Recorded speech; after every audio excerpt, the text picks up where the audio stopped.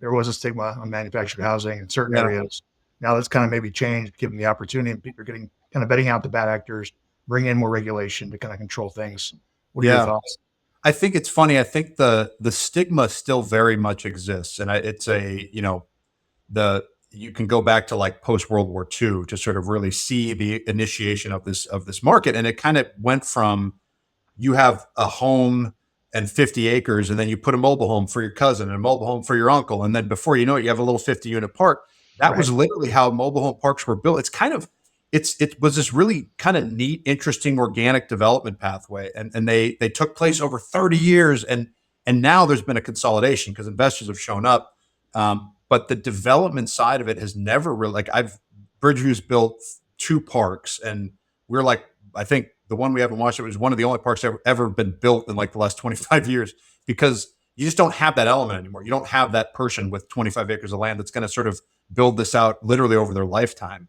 So I think from a stigma, the stigma of a mobile home is one that despite, now pre 1976, there was legitimate stigma, right? Because they were not built to really any standard. Right. Post 1976, now HUD shows up. And now, from a code standpoint, they're identical. A stick frame home versus a manufactured home are built to the exact same standard, but you still have that wobbly box on wheels type of attitude from a lot of people. And I think, it's funny, kind of being in the industry, looking out versus not having a lot of experience with this product type. And I think the stigma, in a way, I've accepted the stigma is probably always going to be there. And so our job is to kind of operate within that as much as possible. And really, to me, it's going to be, it is and always will be a phenomenal affordable housing opportunity. It's a phenomenal place Yeah. Yeah. for if you have, you can go into, let's take the Seattle market where the median home price is $880,000. If you can figure out a way to sell a home to somebody who can buy a home that's $150,000, and if you can genuinely have a way to kind of keep that value for that individual, that tenant, that homeowner, that's where the opportunity is. And I think there's a way to do it.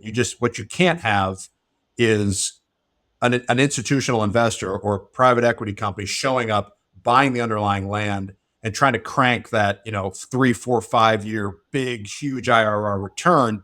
It's just, those are going to be too many conflicting interests. And that's again, why you have this public body showing up now. But I do think there is a way to kind of create under the right circumstances, you can create a tremendous amount of value for the people living in those properties with home ownership. And it's Yeah. starting to change. I mean, even FHA, I was just looking this up before talking to you guys. I mean, FHA Title I loans they're around. You can get FHA lending on a home in a park, which is pretty huge because, in my mind, like how many places can you get 30-year fully amortizing fixed rate debt? I don't know very many except for single family homes. And Yeah. that's to open that up. I think so that's another way to look at it. I think where the home ownership side of it can really be built out for people that can't, they can get into these high median home price markets with a true genuine starter home, build equity in that home, sell that, Yeah. transition into a more expensive product. So there's a way to do it.